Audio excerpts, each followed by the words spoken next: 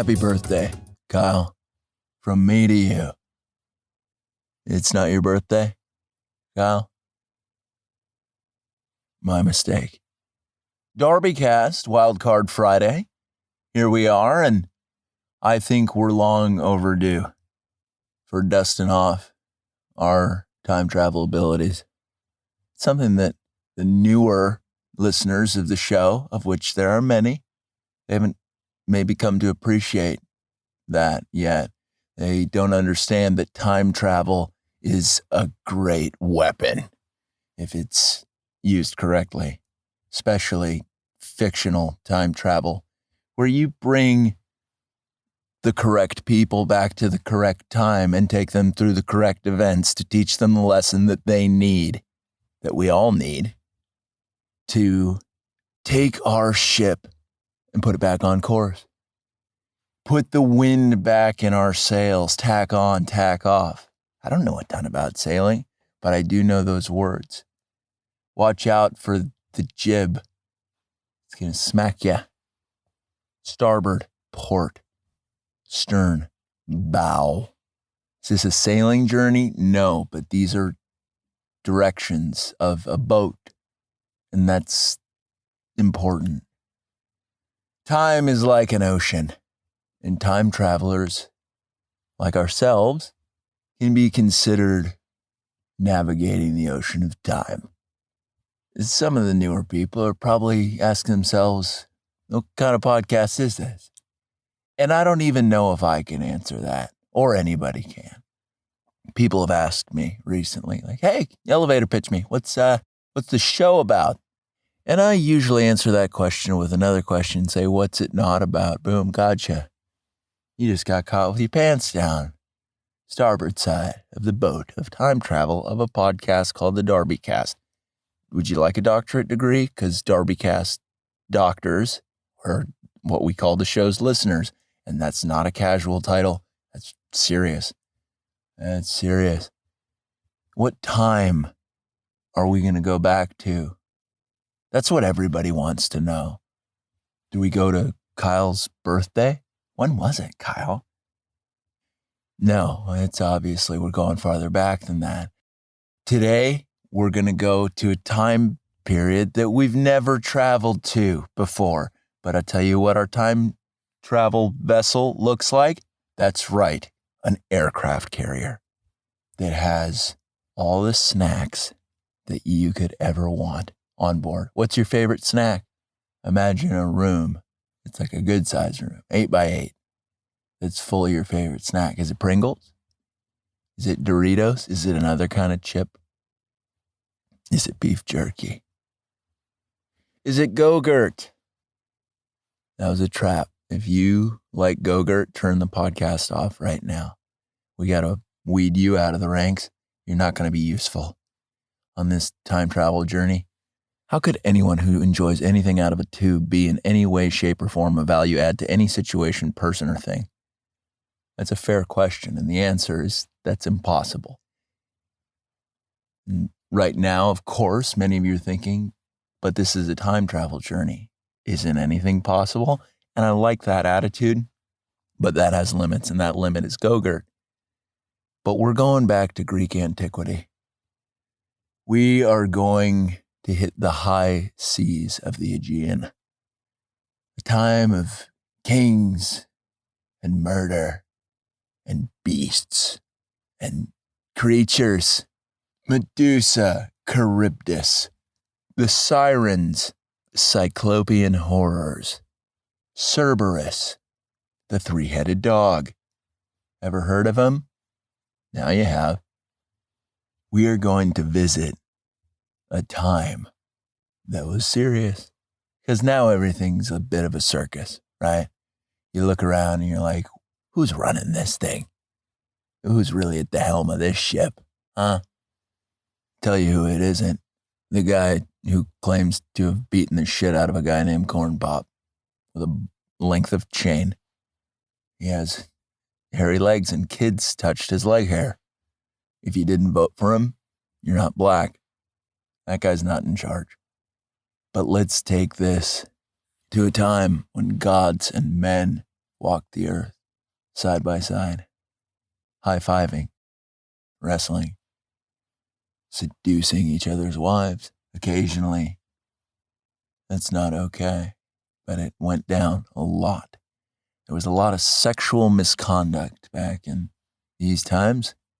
Not remotely close to the amount of sexual misconduct that happens now, no sir.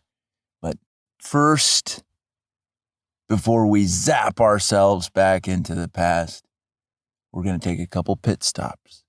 First pit stop, don't even need to do any time travel. We're going to show up at Fauci's house. We're going to say, listen here, you little goblin midget. You, sir, get in the fucking time machine. That's how this starts. We're going to go kidnap Fauci. We're going to put him on our time travel vessel and say, you have no access to the snack room.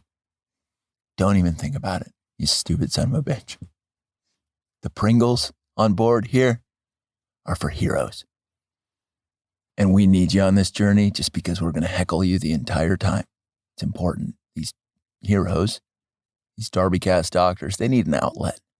They need a punching bag, and you're it. So step aboard, Fauci.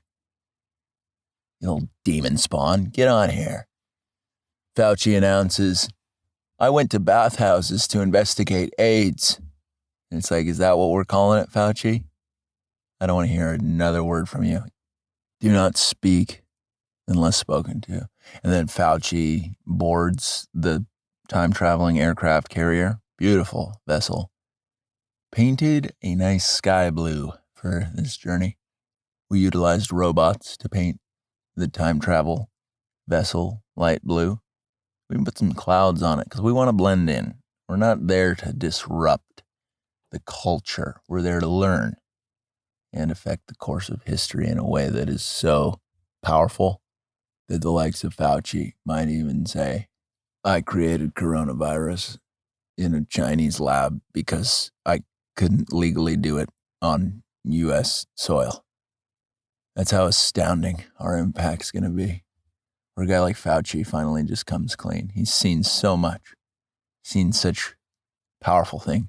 He's seen heroes doing what they do best and not taking crap from monsters. Who else do we got to pick up? Obviously, Elon Musk. We're going to run into some inventors when and where we're going. And I want Elon to take notes because I haven't heard a whole lot about him recently, and maybe he's not so inspired. And we need Elon to be totally dialed in at all times. In the present, when we come back, he's going to harvest some inspiration and also probably give Fauci a couple dead arms the entire time. Just Elon looks over at Fauci and he says, roll up your sleeve, you piece of garbage. He just wails on Fauci's arm. Says, oh, what's that? A little Fauci ouchie? Fuck you. That's what Elon says. So in the time machine, who do we have? We've got you. Expert, demigod-like abilities to navigate the sea of time and the Aegean all in one. We've got Fauci, piece of garbage, and we've got Elon, great guy. Last, we will pick up a champion, the champion of the modern age. Who's that? Some of you already guessed it. That's right, Tom Brady. We're bringing Tom because why not? Tom Brady is a good dude. He doesn't like tomatoes, and I see no problem with that. I'm not a big vegetable guy. I like that he keyed in on tomatoes and said, no, absolutely not. Some people right now are thinking to themselves, like, why Brady? He's too perfect. And I'm going to tell you right now, Brady's not exactly perfect. Have you ever seen that video of him getting a massage in his house when he asks his son to kiss him on the lips? And his son comes in, and he's like, hey, Dad. And Tom Brady's like, hi, son. Give me a kiss on the lips. And then the son does it, and it lasts for too long, and it just makes you hurt in your soul. It makes you just feel like you ate a Go-Gurt. So even Tom has a couple things to learn on this journey. Pretty cool when you think about it. We all have room for growth.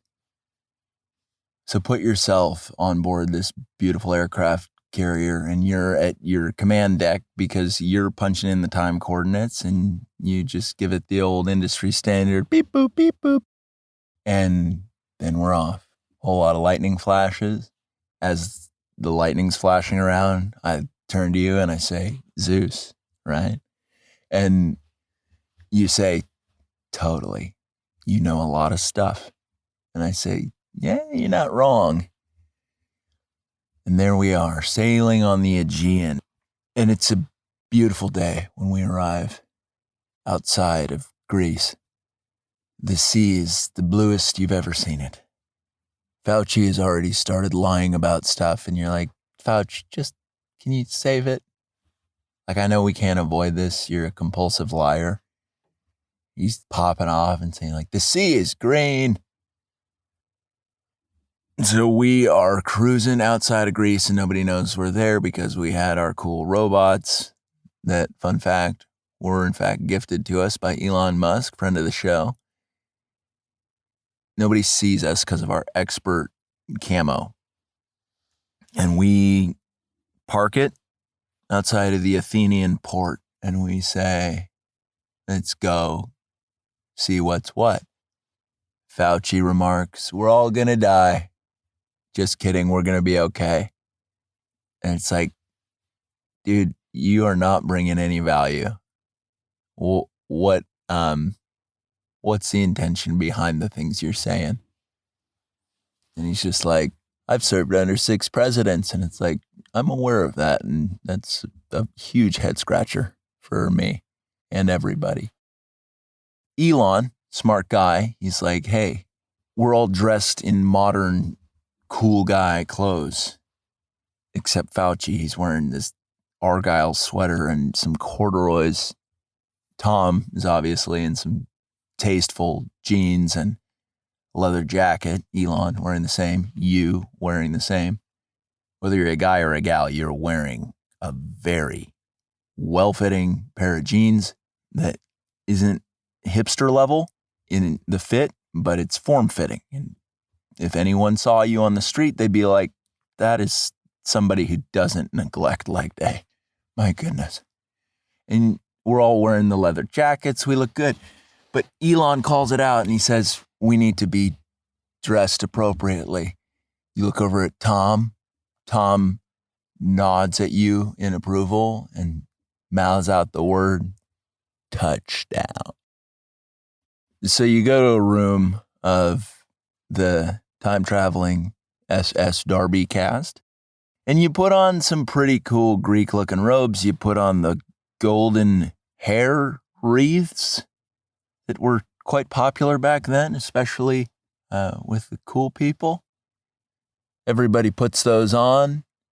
Fauci's about to put his on, and what do you just snatch that thing straight out of his hands, throw it on the floor, and smash it into a million pieces and say, oops, looks like we're one short. Guess you're just going to have to deal with it, Anthony. You call him by his full first name, and he hangs his head in shame. And so we're all looking pretty good. And we say, all right, to the Athenian port. I'm going to need us to move as a unit and try not to draw so much attention to yourself. Tom, I'm looking at you. Conceal your chin or something, because that thing is going to be soaking togas. Okay, pal? And he just looks at you and mouths the word touchdown. Elon, sharp guy, trying to figure out what the hell's actually happening, why he's here. I say, Elon, we're looking for an inventor. We're looking for Daedalus. Some people call him Daedalus, and that's not okay. And Elon says, okay. Why are we doing that? I said, because that's just what we're here to do, Elon. Like, I don't have anything else to tell you on that. And boy, does he just respect that. He says, wow, you're on a different level. And I say, well, yeah, Elon. And then I look over at you and I say, you stay close to me because you've got a spirit that's mightier than the Titans. And Tom says, the Titans? and I say, not Derrick Henry and Company, Tom. Let me educate you. And I pass everybody a leaflet of the Greek author Hesiod, his epic poetry entitled Theogony, which talks about the origin of the gods. And then everybody respects you a lot because we all take a time out and we read it. I've read it plenty of times, but even I sit down on a rock. Let the wind tickle my beard. Because although I've read it, I've never read it on a wind beard tickling kind of day. And it just hits way different. So all of a sudden, everybody's respecting you in a way that you've maybe never felt before. Obviously, in modern day, people respect the hell out of you. But to be on equal footing with the Titans, the father of Zeus, Kronos. What's Kronos the god of? That's right, time. And we're time traveling. So all of this is starting to make quite a bit of sense. But we're looking for the Athenian craftsman, Daedalus, who's locked up because he just pushed his nephew Talos off of a building because Talos invented the first handsaw with a fish skeleton. And that could not stand. We can't have that. That's what you do, right? When you've got a nephew who's pulling rank on you and making cool inventions, and you're trying to be the inventor that's showing up and helping people out and being like, I think I could come up with something here. And then your nephew shows up and be like, my uncle's a boner. I can make you something out of a fish bone. Frankly, the kid was asking to be pushed off the roof, if we're being totally honest with ourselves. So our entire squad of heroes is, with the exception of Fauci, is feeling pretty good. Fauci's going around to Brady and being like, can I get an autograph? Tom almost says yes, but then you stop Tom halfway and be like, don't fucking do it, Tom. Don't do that. And then Tom's like, yeah, right. But everybody circles up and say, we got to break this Daedalus fella out of Athenian prison because he was wrongfully imprisoned. His nephew Talos was a prick. So we all split up and we're walking around the city. Fauci, no surprises, finds himself in a bathhouse pretty quick. Tom meanders his way towards the Potter's Guild and starts fashioning some really excellent vases.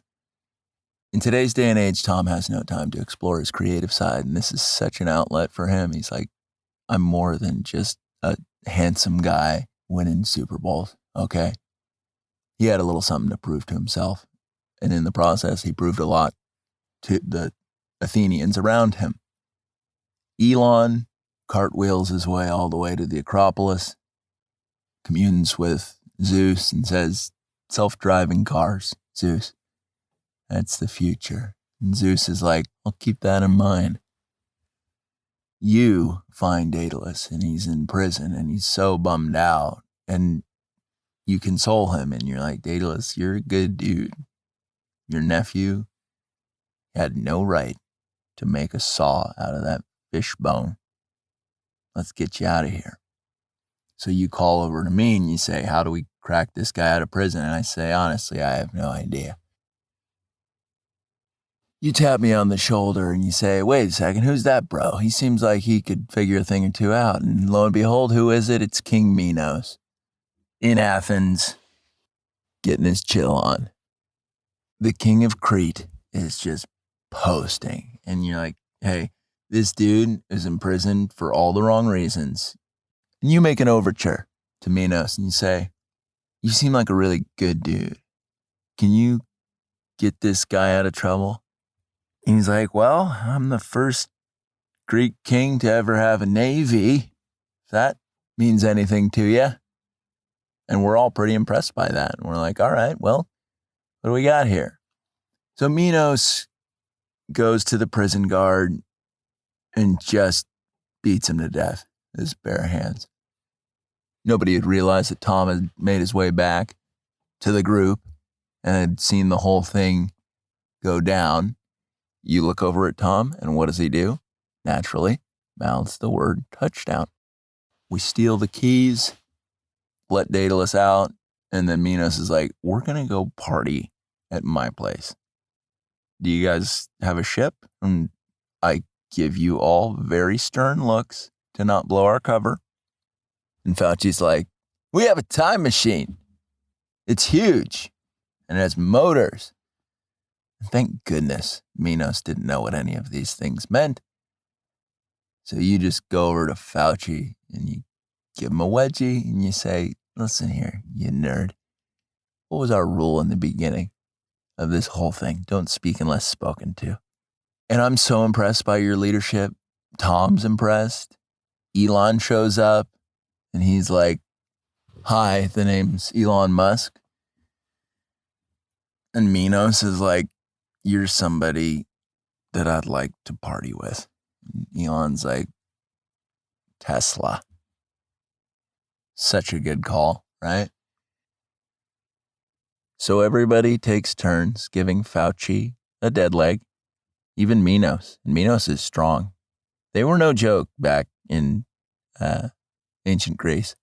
Everybody lifted. So you fit right in. Fauci's struggling to walk to Minos' boat. Nobody really cares.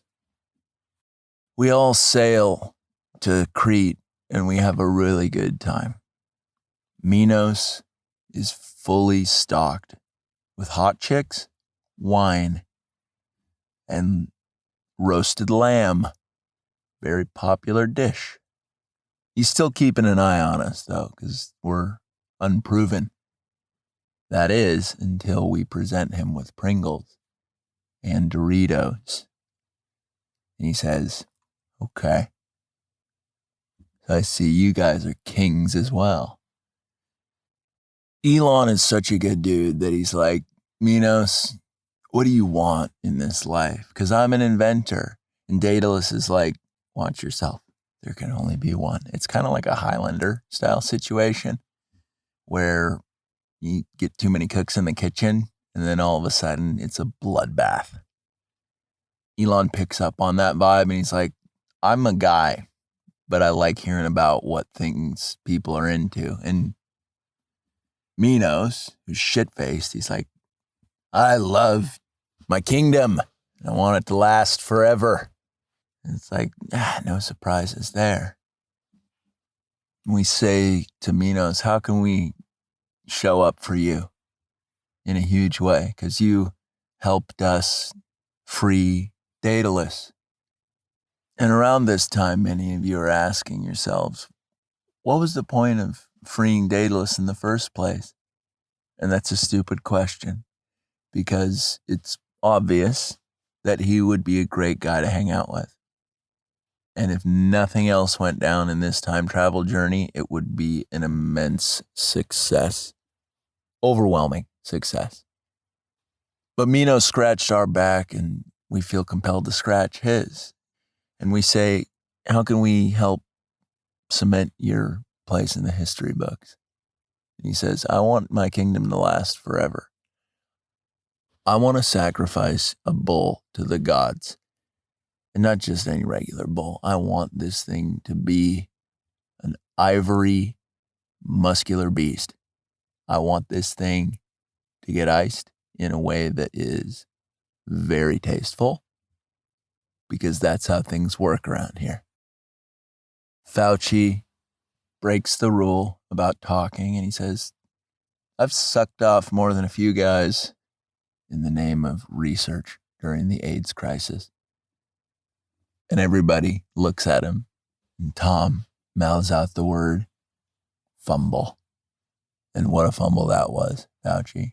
No need to tell people about that, even if that was something that you did back around that time, which is technically in the future from our reference point, time travel. So different.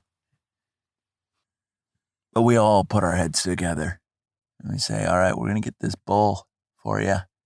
So while chanting in Greek, we take our squad down to the beach and repeatedly drown Fauci, resuscitate him, drown him again, and resuscitate him, and then drown him, and then finally resuscitate him one last time, where he's not doing so well. And he's like, I can't breathe. And it's like, Fauci, too soon. Too soon, Fauci. Don't take advantage of that phrase. Okay, buddy? And then this beautiful bull appears walking out of the water. Zeus sent it. And if we're being honest with ourselves, the bull was sent by Zeus for no other reason than Elon casually asked for it. The whole ritual with Fauci had no mystical properties. We just wanted to do it. And we did. And everybody had a good time. Except for Fauci. Tom really enjoyed it.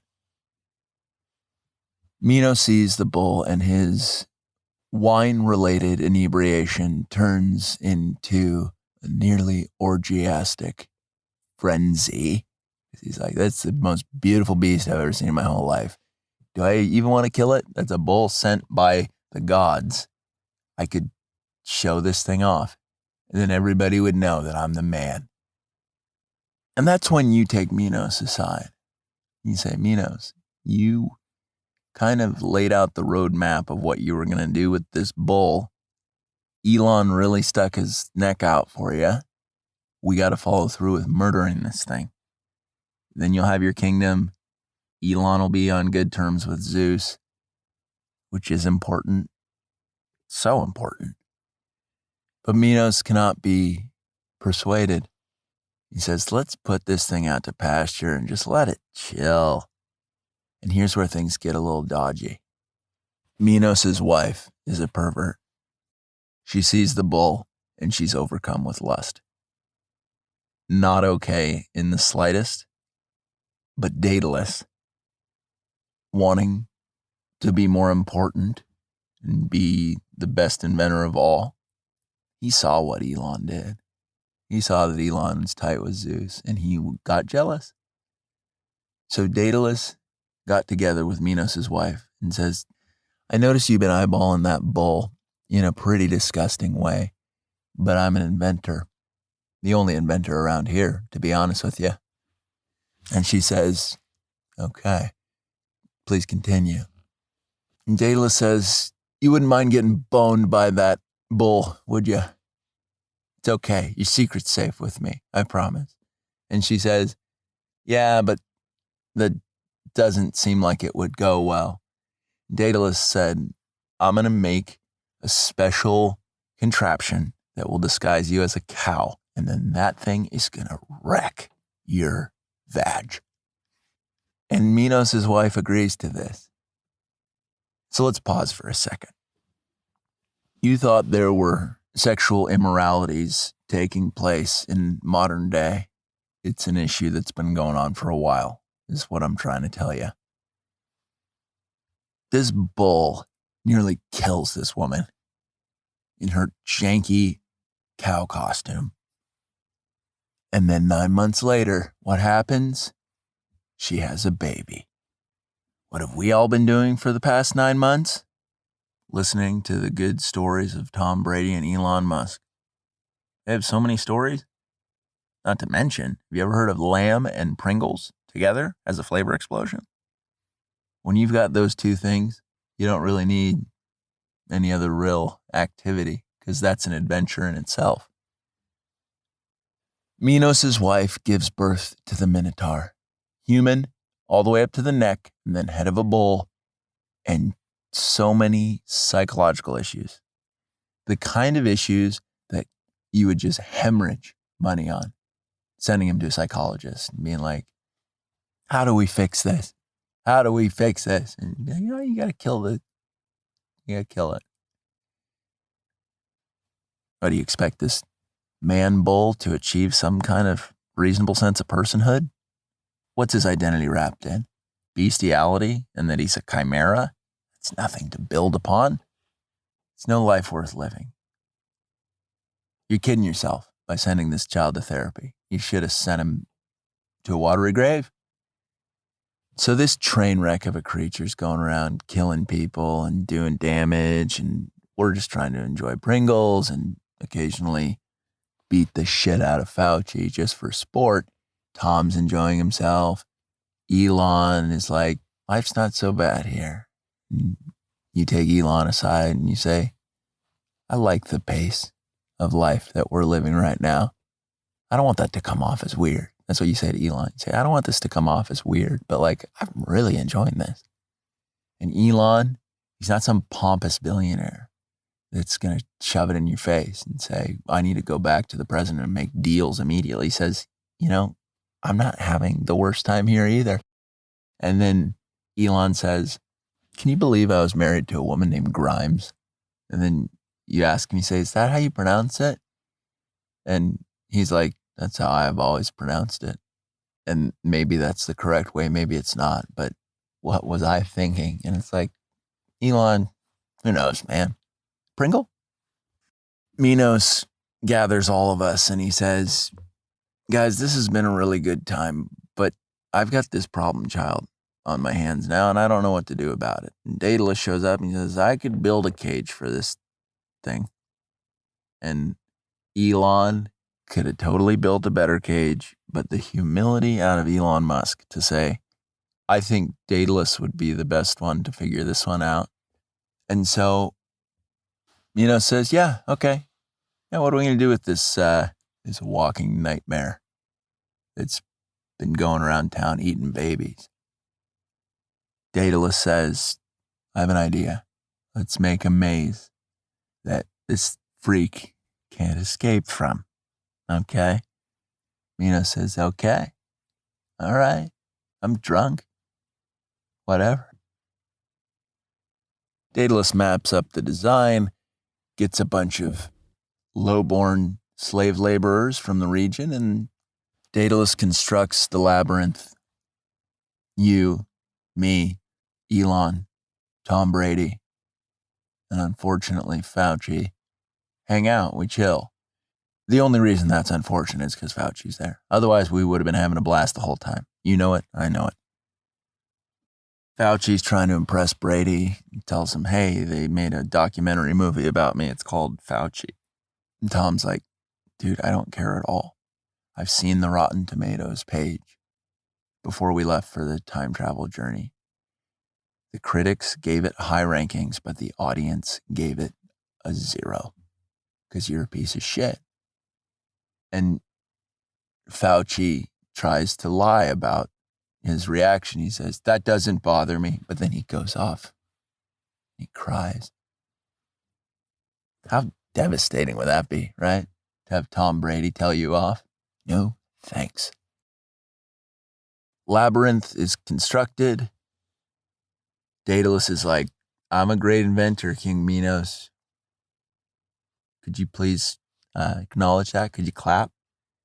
And that's when Minos tells Daedalus, like, I know you made that cow suit for my wife to get wrecked. And this whole thing, this whole problem, this whole situation is your fault. We wouldn't have to have built this thing had it not been for you trying to flex your inventor skills for perverted reasons. What was that even about? At no point were you like, this doesn't seem right. Minos is really laying into Daedalus, and truth be told, he has every right to. The Minotaur is not yet in the labyrinth, and that's the next challenge. So what do? We smear goat's blood all over Fauci. Because we're like, goats are satanic, you're Fauci, match made in heaven. This devil beast will chase you in there. And he's like, I don't want to do this. And it's like, Fauci, you're the king of making people do what they don't want to do. And so you're the last guy that I'm ever going to listen to when they complain about not wanting to go along with somebody else's program, you stupid son of a bitch. So everybody punches Fauci in the throat repeatedly. Tom actually kind of goes on for a little bit longer than anybody's comfortable with. Like, we're all for it, but Tom takes it a little too far. And you, being the hero that you are, you put a hand on Tom's shoulder as he's just in a furious rage. You say, Tom, scale it back. We need that arm ready for playoffs when we go back to the present. And Tom says, yeah, you're right. Go Bucks. I miss the Patriots. I miss New England. Tom kind of has a moment of reflection. And he's like, the Atlantic Northeast was so good to me. It's not just about Boston and Massachusetts. I had fans in New Hampshire and Maine and Vermont. And that's when you give Tom a really sturdy hug and you say, you still do, man. You still do. Then Fauci stumbles blindly into the pitch black labyrinth. The Minotaur smells his shame, cowardice, and malevolence, which are wafting through the air, and charges in after him. Boy, is that thing moving fast. And you faintly hear Fauci say, I'd like to suck you off in the name of AIDS research. It's like, well, that's science for you. Minos then looks at Daedalus and says, I like Elon as an inventor way better than you. Even though you just built this thing. And Daedalus starts to lose it. He's like, what did you just say to me? He's like, yeah, this fellow over here, Elon, he's a really good inventor. And I think he's better than you. He could have designed all of this and it would have looked more futuristic. And Daedalus is so rattled. He's like, no! And Minos says, well, despite your belly aching, you're going in here now. You're going in. And I found your kid Icarus, and he's going in too. Daedalus is not pleased with that. But we all look at each other, and you are actually the most outspoken one of the group, and you say, Daedalus, you had to have known this was coming. You messed up, man. That stunt you pulled with Minos' wife, that was so inappropriate. And Icarus, good kid, he's like, hey, before we go in there, can I just have a powwow with my dad? And Tom's like, nothing like father-son love. And it's like, Tom, I saw that video of you. You're on thin ice, man. You're going to want to go ahead and keep your comments about father-son relationships and dynamics to yourself.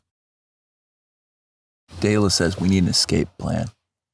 Icarus, go into town, get a fur coat, but instead of fur, have it be made out of feathers. Get a feather coat. Get a bunch of candles. Get some wood and some metal and some rope. And Icarus is like, Dad, what are you talking about? Daedalus is like, I'm an inventor, son. You listen here. And Elon's just like, you're a fucking joke, bro. But Icarus goes into town, he gets all these things, and then Minos is like, all right, guys, get in there. It's over. You're probably going to be killed by the monster within. And so those guys, they're in there, and we know the story. They fashion some wings. They take the wax and the feathers and the metal and the rope and the wood, and they make them into pairs of wings. They make 3 sets. And a lot of you right now are saying, I thought in the myth they only made 2 sets. Oh, they made a 3rd. Because Daedalus and Fauci had quietly developed a friendship when nobody else was looking. And that's how you know that Daedalus actually wasn't a good dude at all. Really bad guy, to be honest. So they make these 3 sets of wings, and they're like, all right, we got to split. And the 3 of those bros, they find Fauci, and he's not dead, unfortunately. And they give him a pair of wings, and they've got their own wings, and they start flapping about, and then all of a sudden, they're flying. They're airborne. And Daedalus, he gives his cautionary words to these guys, to his son and to Fauci. He says, don't fly too close to the sun, and don't fly too close to the water. If you fly too close to the sun, wax is going to melt, and then you're going to be taking a dive. You go too close to the water, it's going to weigh down the feathers, and then you're in trouble as well. Fauci takes the opportunity to say, mask up. And it's like, Fauci, these guys have no idea what you've done and what kind of a guy you are. They're all kind of hovering. They're like, wow, this is flight. This works. It's a good thing I came up with this as an escape plan. And then the Minotaur comes out of nowhere and rips Fauci's wings apart and speaks for the first time in his life. And he's like, Fauci, I'm not going to kill you, but you're not going to escape. You're going to stay here. That's what the Minotaur says. Icarus and Daedalus take off over the sea. And Icarus is pumped. He's like, my dad's an inventor. I love this. And he's flying high and bombing low and flying high and bombing low. But unfortunately, during Daedalus's pep talk, Icarus was paying too close attention to Fauci and his nonsense about masks and other stupid shit that didn't apply to the situation. And he didn't heed the warning that his father had given him, even though his father was trying to look out for him despite all of his shortcomings, of which there were plenty. Icarus flies too close to the sun, the wax melts, and he plummets into the sea, and he dies. And Daedalus has nobody to blame for that but Fauci. Fauci, why did you distract my child? So Daedalus flies back to the labyrinth.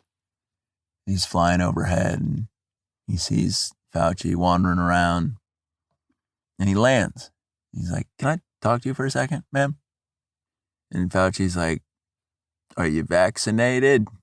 And Daedalus is like, dude, what is wrong with you? My kid's dead. And he's like, that's science for you.